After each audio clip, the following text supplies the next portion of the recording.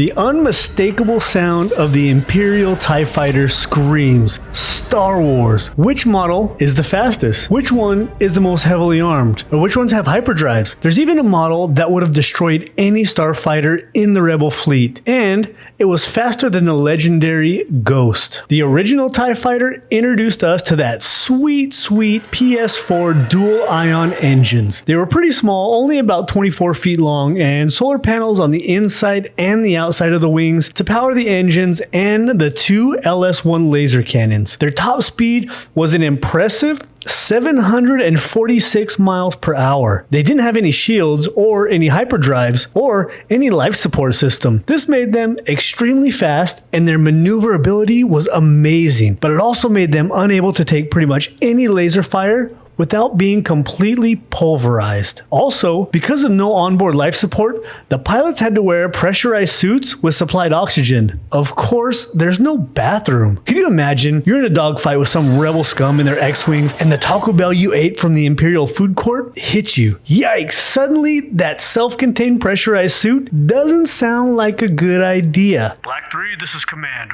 Why are you turning around? Command, this is Black 3. I have a code brown. I repeat, a code brown. I'm coming in hot, and alert the cleaning crew that I might not make it in time.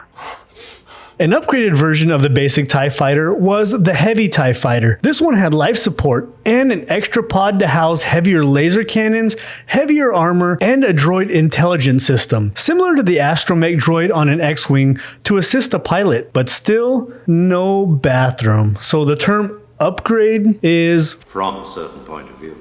Now, let's start getting into the more serious ships. The Inquisitors flew the TIE Advanced V1. Just like the Inquisitors, they look pretty cool, but they had some really big weaknesses as well. They had curved wings and a hyperdrive and deflector shields. In order to have heavier armor, the solar panels were only on the inside of the wings. The panels could power the heavy laser cannons, but there wasn't enough power to run the engines, so it was powered by fuel. It also had S-foils that could fold around the cockpit to save on hangar space. They had dual chin-mounted lasers and a projectile launcher for shooting out tracking devices. Yep, you guessed it. No bathrooms. But you know what? Maybe they just brought buckets along. If these van lifers on YouTube can squat in a bucket, I think that the Inquisitors can too. We finally get to some really nice upgrades with the TIE Advanced X1. This is the model that our Dark Lord himself flew. Curved wings, solar panels on the inside and the outside for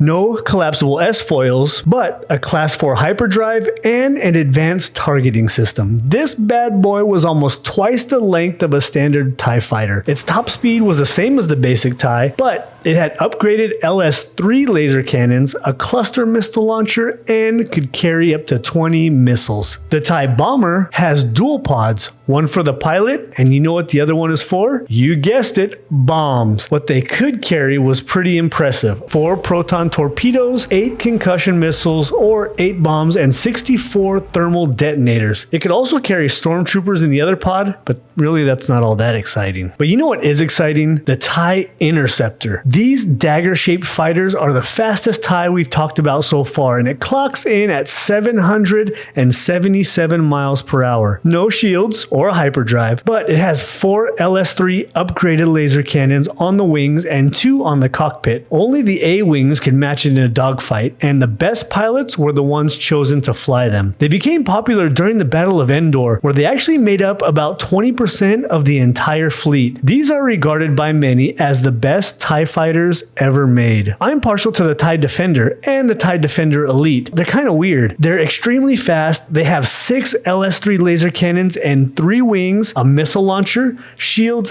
and a hyperdrive. And the Defender Elite has a warhead launcher that fires up to 6 missiles. But you know who doesn't like these Defenders? Lothcats. They were built on Lothal, but it was short-lived when the Phoenix Squadron destroyed the entire factory. Sabine Wren and Ezra Bridger stole a new Defender Elite prototype to get the specs off of it when they found out the hard way that it has a remote kill switch built in and a theft countermeasure that makes the wings detach from the ship, which seems a bit unnecessary, but during their short time with it, Sabine said that it was in fact faster than the Ghost. Thrawn ended up shutting down the Defender project because of the absolute menace that Lothal became. Another weirdly designed TIE fighter is the TIE Striker and a variation called the Reaper. We saw these in Rogue One. They're designed for atmospheric flights and could rotate the wings to change from flight mode to attack mode. They were used to defend Scarif when the Rebels stole the plans for the Death Star, and again in the Battle of Jakku, which of course the Empire lost. So they have a record of 0-2 against the Rebellion. I think it might be time to try some different ships if you ask me. No one asked your opinion. That brings us to our newest TIE fighter, the Outland TIE. This TIE fighter is flown by Moff Gideon himself. It looks like a standard TIE fighter when it comes to flying, but when it lands, the wings fold in half and it even has landing gear. Not much else is known about it, but I do know this: it can't beat a Mandalorian in a dogfight, so maybe it's not that great after all. There have also been a few head scratchers in the TIE lineup. One of them is the TIE Crawler. I mean, seriously, why? You literally have AT-ATs, AT-STs, so why would you even need this? I mean, I guess it's not the worst idea in Star Wars. Now, the First Order TIE fighters were similar in a lot of ways, but the Special Forces TIE was a two-seater. It had one pilot and one gunner. It had a laser turret, a hyperdrive and shields, and a toilet. Just kidding. Still no toilet. The coolest looking ship in the First Order TIE fleet is Kylo Ren's TIE Silencer. It had experimental stealth gear, a hyperdrive, deflector shields, and was powered by a starboard reactor. All of the missiles and heavy cannons are located on the wing apertures along with the targeting sensors. The TIE fighters have evolved and expanded just like the Star Wars universe, and I've made a list on the best order to watch all of the movies and TV shows so that you can see all of the different TIE fighters that they've come up with. Click here to see that list, and may the Force be with you.